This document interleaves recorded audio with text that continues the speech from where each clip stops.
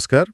आज हामी धनगढी उपमहानगरपालिकाका मेयर गोपाल हमाल, जसलाई धेरैले गोपी हमाल भनेर पनि चिन्नुहुन्छ, उहाँको बारेमा अलिकति गहिरिएर कुरा गर्दैछौँ।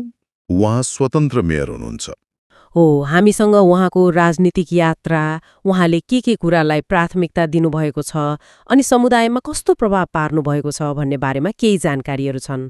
र हाम्रो उद्देश्य चाहिँ भनौँ न, यी जानकारीकै आधारमा उहाँको नेतृत्व शैली कस्तो छ, के कामहरू भए अनि धनगढीमा उहाँले के परिवर्तन ल्याउन खोज्दै हुनुहुन्छ त्यो बुझ्ने हो। धनगढी, त्यो पनि बुझिराखौं, लगभग 2,04,000 जति जनसङ्ख्या भएको भारतसँग सिमाना जोडिएको उपमहानगरपालिका होइन। 19 वटा वडाहरू छन्। अनि उहाँको चुनाव जित्ने कुरा पनि रोचक छ। 2022 मेमा चुनाव जित्नुभयो, त्यो पनि झण्डै 52% मत ल्याएर 26,865 मत। त्यो त राम्रै मत हो। अनि यो उहाँको दोस्रो प्रयास थियो क्यारे, होइन?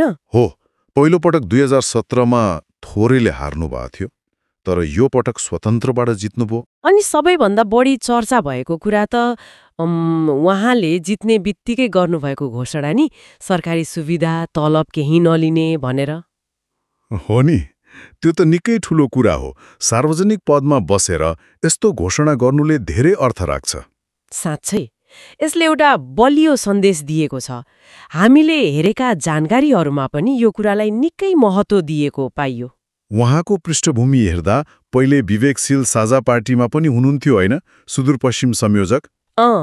तर पछि फेरि पार्टी छोडेर स्वतन्त्र उठ्नुभयो। अब उहाँको मुख्य प्राथमिकताहरू के देखिन्छन् त जानकारी अनुसार? पहिलो त एकदमै स्पष्ट रूपमा भ्रष्टाचार विरोधी अडान, शून्य सहनशीलता। हो, त्यो त नारा मात्रै होइन कि जस्तो देखिन्छ, किनभने उहाँले त्यो सरकारी गाडी तलब जस्ता सुविधा नलिएरै व्यवहारमा देखाउन खोज्नु भएको जस्तो पनि बुझिन्छ। हो, त्यो सैद्धान्तिक भयो। अब व्यावहारिक काम के देखियो त? फोहोर व्यवस्थापनमा चाहिँ उहाँको विशेष चासो र सफलता देखिन्छ है जानकारीहरूमा। एकदमै। त्यो धनगढीको सूक्ष्म छुट्याउने केन्द्र छ नि, जहाँ फोहोरलाई घरबाटै छुट्याएर लैजाने गरिन्छ, त्यो निकै उदाहरणीय बनेको छ अरे। हो र? त्यसले के कस्तो प्रभाव पारेको छ? जानकारीमा आए अनुसार 18 महिनामै त्यसले 45 लाख रुपैयाँ आम्दानी गर्यो रे, अनि 140 जनालाई रोजगारी पनि दियो।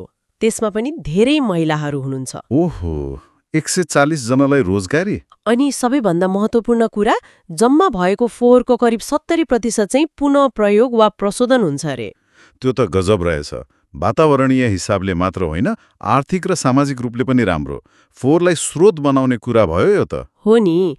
अनि अरू प्राथमिकता हेर्दा स्वास्थ्यमा पनि ध्यान दिएको देखिन्छ। जस्तो कि? जस्तो हरेक वडामा महिनामा स्वास्थ्य शिविर चलाउने अनि गर्भवती महिलाहरूका लागि एम्बुलेन्स सेवा निशुल्क गर्ने, यस्ता कार्यक्रमहरू उल्लेख छन्। यसले त सामान्य नागरिकलाई स्वास्थ्य सेवामा पहुँच बढाउँछ नि।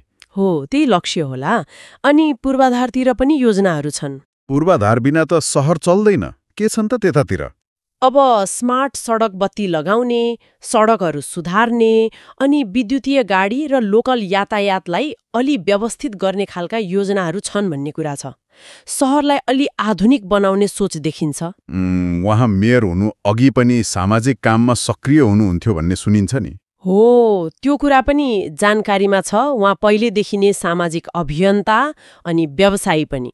त्यो सामुदायिक कपडा ब्याङ्क, निशुल्क शववाहन सेवा जस्ता कामहरू उहाँले पहिलेदेखि चलाउँदै आउनुभएको रहेछ।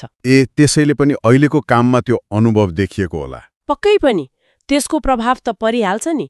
अनि अर्को एउटा कुरा, मे 2023मा उहाँले आफ्नै तलबबाट, जुन उहाँले नलिनु भए पनि हिसाब त हुन्छ होला, करिब 10 लाख बराबरको शैक्षिक सामग्री गरिब विद्यार्थीलाई दिनुभयो रे। हो र?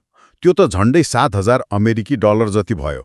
यसले त उहाँ कति प्रतिबद्ध हुनुहुन्छ भन्ने देखाउँछ नि। हो, व्यक्तिगत रूपमै कति समर्पित हुनुहुन्छ भन्ने देखिन्छ।